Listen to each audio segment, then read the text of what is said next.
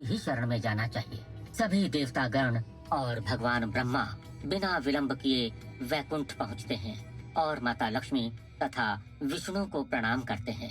ओम नमो नारायणाय, ओम नमो नारायणाय।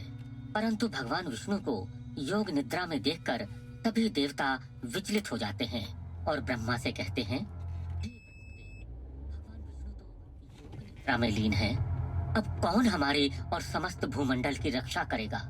कौन हयाग्रीव का नाश करेगा? भगवान विष्णु को योग निद्रा से जगाने के लिए कुछ उपाय सोचिए प्रभु। भगवान ब्रह्मा समझ चुके हैं, ब्रह्मदेव आप तो ब्रह्म ज्ञानी हैं और नारायण से मानसिक रूप से जुड़े हैं।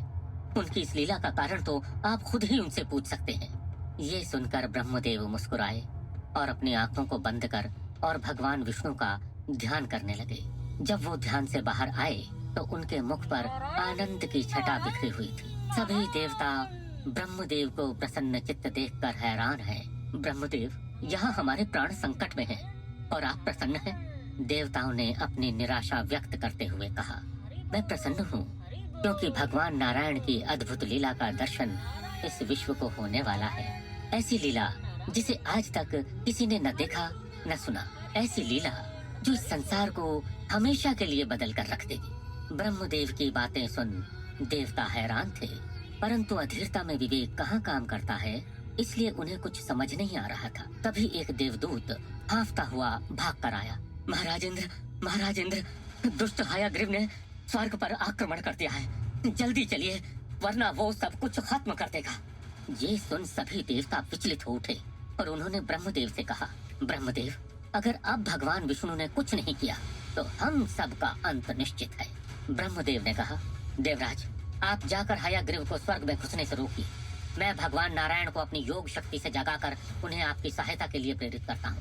भगवान नारायण अपने शरणागतों की रक्षा हमेशा करते हैं।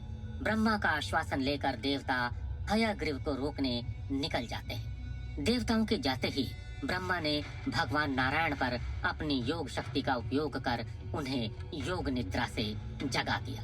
आधी निद्रा से जागे भगवान नारायण ने ब्रह्मा को अपने सामने देखकर कहा, ब्रह्मदेव, आपने हमें आधी निद्रा से जगाया है। ब्रह्मदेव ने अपना हाथ जोड़ लिया और कहा, मैं जानता हूँ प्रभु, आपकी इस अद्भुत लीला का एक मुख्य पात्र बनना मेरे लिए गौरव की बात है। नारायण मुस्कुराए और कहा, मेरे आने वाले इस अवतार के जनक तो आप ही होंगे ब्रह्मदेव। अभी तो आपकी भूमिका बस प्रारंभ हुई है। ये सब सुनकर माता लक्ष्मी भ्रमित हो रही हैं। हे नाथ, हे नारायण, मुझे भी तो कुछ बताइए कि आपकी इस लीला का क्या मर्म है, कौन सा अवतार आप लेने वाले हैं? उनकी बात सुनकर नारायण ने कहा, देवी, मेरी ये लीला आपके भरोसे की भी परीक्षा है। आशा है आप संकट में अपने धैर्य को नहीं खोएंगे। ये कहकर नारायण और ब्रह्मदेव अंतर्ध्यान हो गए। माता लक्ष्मी हैरान है कि नारायण के इस अवतार में उनकी क्या भूमिका है। इधर हयाग्रीव की सेना स्वर्गलोक के समीप है और उसकी जय जयकार से चारों दिशाएं गूंज उठी। ये देखकर सभी देवतागण और व्याकुल हो गए। बिजली चमकने लगी और समूचा आकाश काले मेघों से घिर गया। देखकर ऐसा प्रतीत हुआ मानो ये सब भी हयाग्रीव की सेना में शामिल हैं। हयाग्रीव अपनी सेना के साथ स्वर्गलोक पर आक्रमण कर चुका है और देवताओं को युद्ध के लिए ललकारता है। हयाग्रीव को यह पता है कि देवता सहायता के लिए भगवान विष्णु के पास गए हैं, पर हयाग्रीव शक्ति और घमंड में इतना चूर था कि भगवान विष्णु को भी कुछ नहीं समझता है। हयाग्रीव गर्जना करते हुए देवताओं से बोलता है, देवताओं, कहाँ छुपे बैठे हो? क्या उस विष्णु के आश्रय में छिपे हो? आज तो वो विष्णु भी तुम सबकी रक्षा नहीं कर सकता। वो भी मेरे आगे शक्तिहीन है। मेरा वध करने में तीनों लोकों में कोई समर्थ नहीं है। मुझे देवी भगवती का वरदान प्राप्त है। देवताओं, या तो मेरे सेवक बन जाओ या मेरे चरणों में गिरकर मुझसे अपने प्राणों के लिए भीख मांगो, तो मैं तुम सबको क्षमा कर दूंगा। अथवा यदि तुम इतने ही बलशाली हो तो आओ मेरे साथ संग्राम करो। देवता प्रकट होते हैं और कहते हैं, दुष्ट हयाग्रीव, तेरे घमंड का अंत अब जल्द ही होने वाला है। भगवान विष्णु तुझे तेरी उद्दंडता का दंड देने आ रहे हैं। ये सुनकर हयग्रीव गुस्से से पागल हो जाता है और देवताओं पर आक्रमण कर देता है। चारों तरफ देवताओं की त्राही त्राही की पुकार सुनाई दे रही है। सारे देवतागण अपनी शक्तियों का प्रयोग करते हैं, पर हयग्रीव के समक्ष देवताओं की कोई भी शक्ति सफल नहीं होती और इंद्र सहित सभी देवतागण भगवान विष्णु को सहायता के लिए पुकारते हैं। हे जगदीश, रक्षा करें।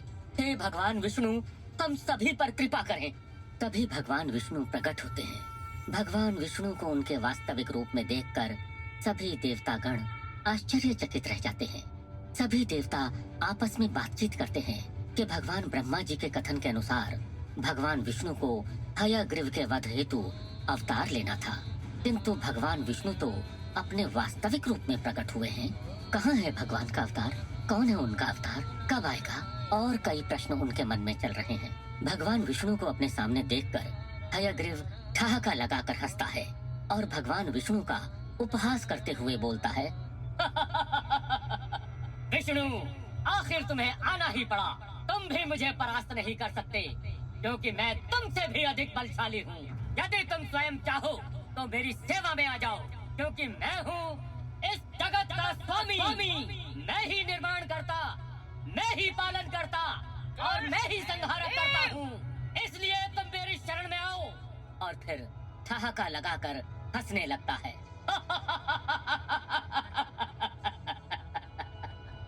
भगवान विष्णु मुस्कुराते हुए हयग्रीव की सारी बातें सुनते हैं और फिर गंभीर भाव से हयग्रीव से कहते हैं कि काव्य शास्त्र विनोदेन कालो गच्छति धीमाताम व्यसनेन च मूर्खाणाम निद्राया कलहेन वा।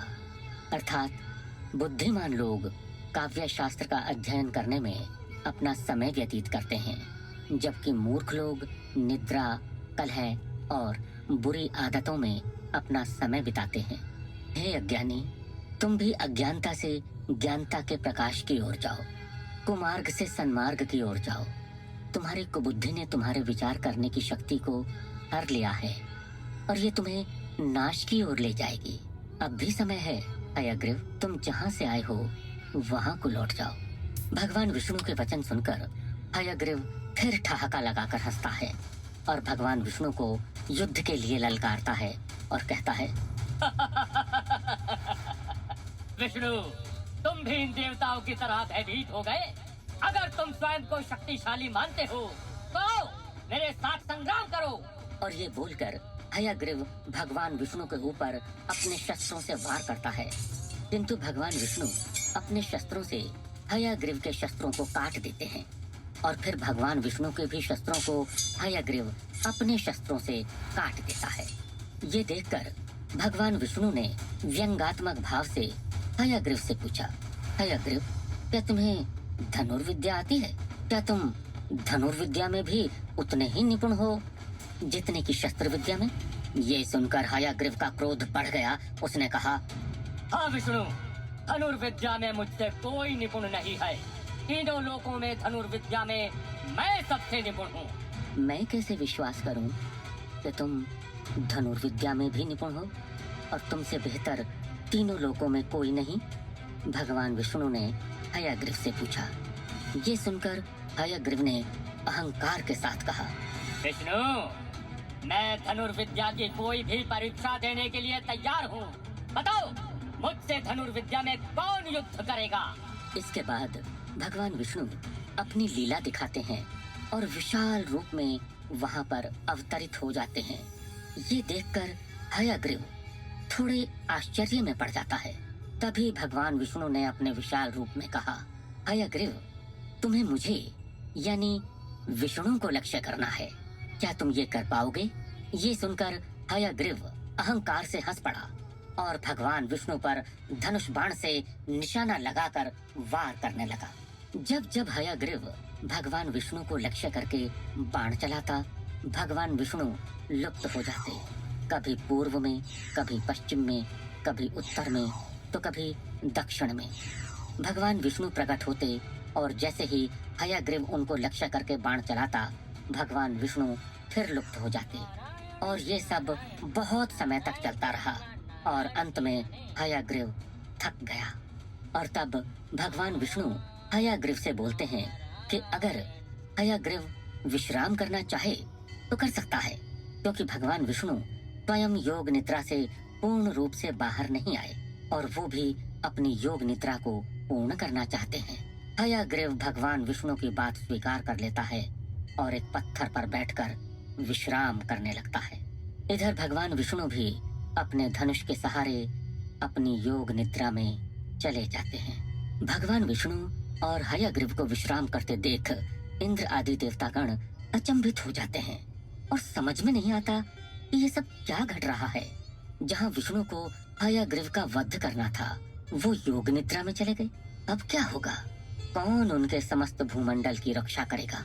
ऐसे कई प्रश्न उनके मस्तिष्क में आने लगे। इधर भगवान ब्रह्मा जी माता लक्ष्मी से कहते हैं कि भगवान विष्णु की लीला का अगला और महत्वपूर्ण अध्याय प्रारंभ होने वाला है।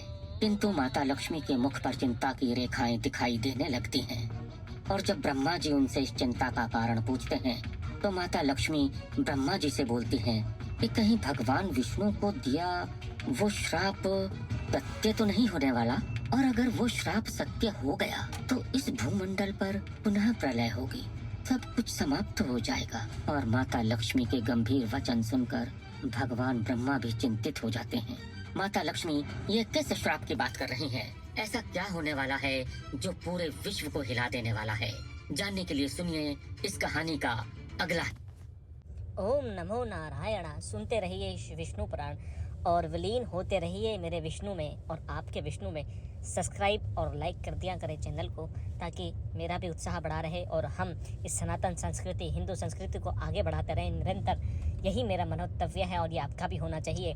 यदि आप सब्सक्राइब और लाइक नहीं करेंगे तो ये वीडियो और दूसरों तक नहीं पहुंचेगी और वो इसका लाभ नहीं ले पाएंगे। आपको सब्सक्राइब, लाइक और शेयर करना चाहिए ज़्यादा से ज़्यादा।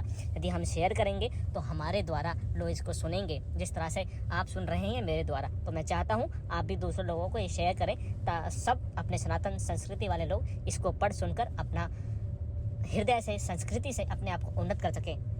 ओम नमो नारायण। आप सभी को प्रणाम, कोटि कोटि वंदन। ही शरण में जाना चाहिए। सभी देवतागण और भगवान ब्रह्मा बिना विलंब किए वैकुंठ पहुँचते हैं और माता लक्ष्मी तथा विष्णु को प्रणाम करते हैं।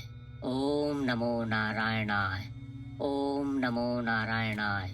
परंतु भगवान विष्णु को योग निद्रा में देखकर सभी देवता विचलित हो जाते हैं और ब्रह्मा से कहते हैं, भगवान विष्णु तो निद्रा में लीन है, अब कौन हमारे और समस्त भूमंडल की रक्षा करेगा?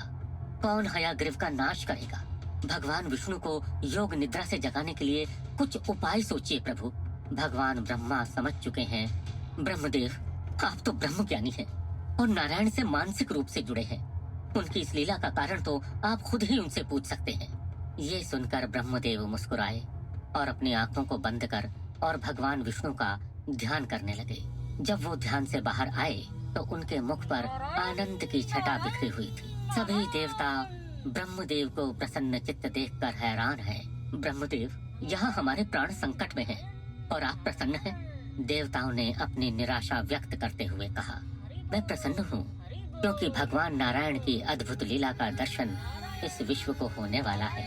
ऐसी लीला जिसे आज तक किसी ने न देखा न सुना, ऐसी लीला जो इस संसार को हमेशा के लिए बदल कर रख देगी। ब्रह्मदेव की बातें सुन देवता हैरान थे, परंतु अधीरता में विवेक कहाँ काम करता है, इसलिए उन्हें कुछ समझ नहीं आ रहा था। तभी एक देवदूत हांफता हुआ भाग कर आया।